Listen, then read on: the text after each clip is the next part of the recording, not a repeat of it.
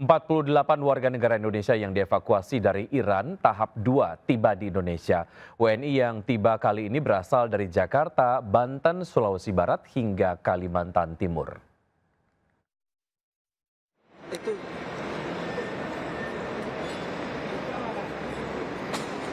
48 WNI yang dievakuasi dari Iran tiba di Bandara Soekarno-Hatta, Tangerang, Banten.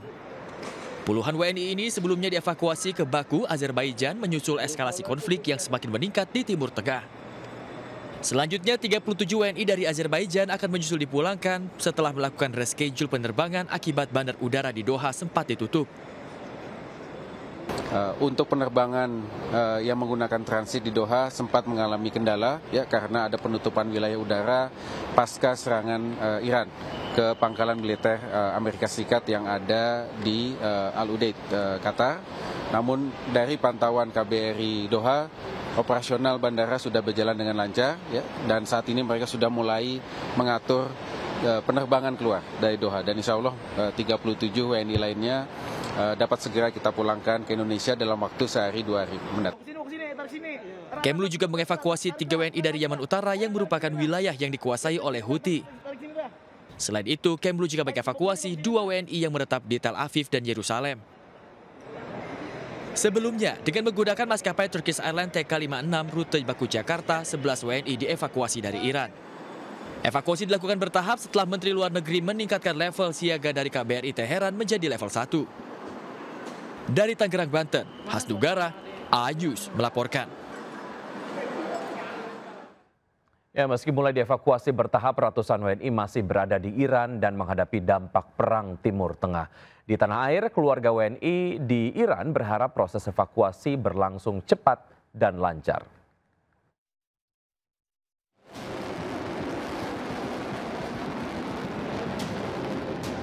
Konflik Iran-Israel memicu kekhawatiran warga Indonesia yang keluarganya bekerja di kawasan tersebut. Salah satunya bagi Mariamah, warga Desa Bojong, Kecamatan Bojong, Kabupaten Bogor.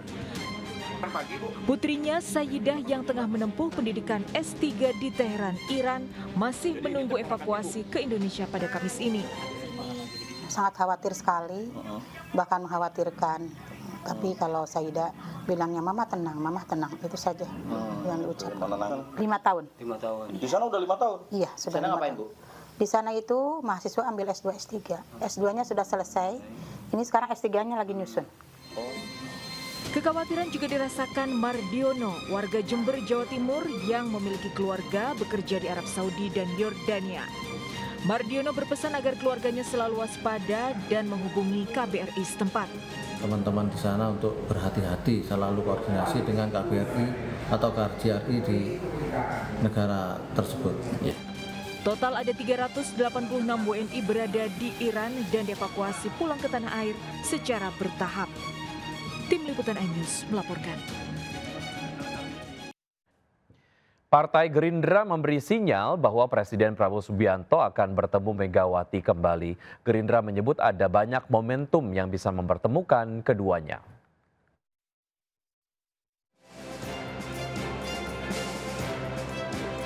Sekretaris Jenderal Partai Gerindra Ahmad Muzani memberi sinyal akan ada pertemuan kembali antara Ketua Umum Partai Gerindra Prabowo Subianto dengan Ketua Umum PD Perjuangan Megawati Soekarnoputri.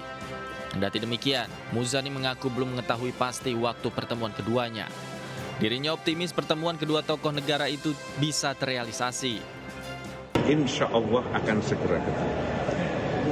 Karena ketemu itu kan ada banyak momentum yang bisa mempertemukan, tidak harus keduanya bertemu dalam tempat yang disetujui. Sebelumnya Presiden Prabowo bertemu dan berbincang hangat dengan Presiden kelima Republik Indonesia Megawati Soekarnoputri. Momen tersebut terjadi sebelum upacara peringatan Hari Lahir Pancasila di Gedung Pancasila Jakarta 2 Juni yang lalu. Dari Jakarta, Ahmad Al-Fikri, iNews melaporkan. Ke informasi lain, pemirsa, Presiden Prabowo membuat pengakuan kalau giginya kurang bagus. Presiden berencana berobat ke rumah sakit diam-diam sambil menyamar. Pengakuan ini disampaikan Presiden Prabowo saat meresmikan rumah sakit bertaraf internasional di Bali. Presiden tergoda untuk berobat gigi lantaran di rumah sakit tersedia jalur khusus untuk pejabat tinggi hingga bisa diam-diam menyamar saat berobat.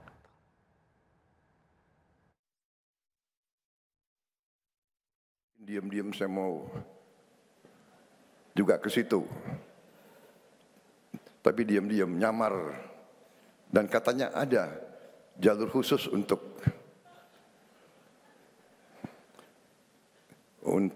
gubernur ke atas katanya. Memang gigi saya agak kurang bagus ini. Wakil Menteri Sosial Agus Jabo menyatakan pemerintah akan mempertimbangkan memberikan uang saku kepada para siswa di sekolah rakyat. Besaran uang saku akan disesuaikan dengan ketersediaan anggaran.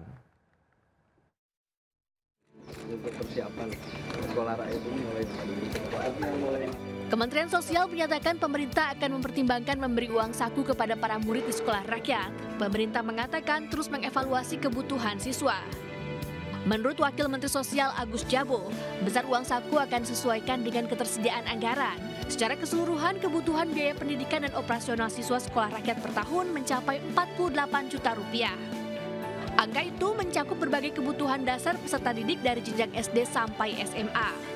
Sekolah rakyat merupakan upaya negara untuk memotong rantai kemiskinan antar generasi, sekaligus memberikan harapan baru bagi keluarga miskin agar anak-anak mereka dapat mengakses pendidikan layak dari jenjang SD hingga SMA tanpa kendala biaya. Presiden Prabowo Subianto meminta Kementerian Sosial untuk membangun 100 unit sekolah tambahan yang diharapkan mampu beroperasi tahun ini. Tim Liputan iNews melaporkan. Kecewa anaknya tak diterima di SMP negeri, puluhan ibu menggeruduk kantor Pemkot Cilegon. Para ibu menduga ada praktik jual beli bangku dan meminta Pemkot Cilegon turun tangan melakukan investigasi.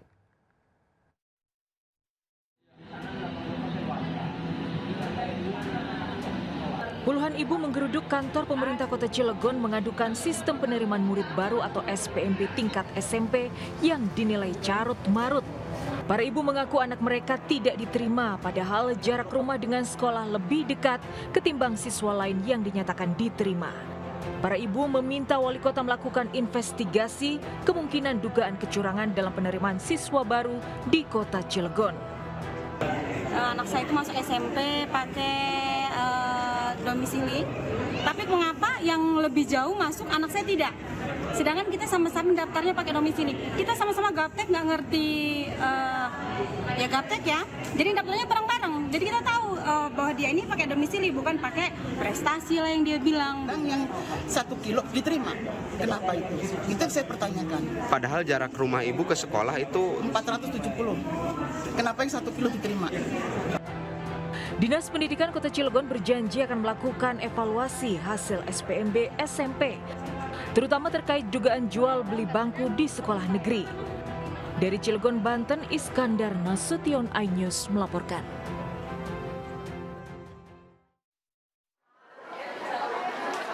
Sementara itu di Bandung, Jawa Barat, panitia SPMB SMA N3 Bandung menganulir 10 calon siswa baru yang sebelumnya sudah dinyatakan lolos. Keputusan anulir 10 calon siswa lantaran orang tua siswa terbukti memalsukan alamat calon siswa mendaftarkan anaknya.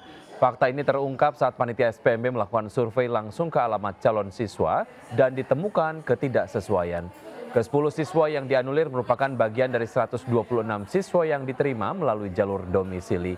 Panitia SPMB SMA Negeri 3 Bandung meminta orang tua untuk tidak berbuat curang karena justru bisa merugikan anak mereka sendiri.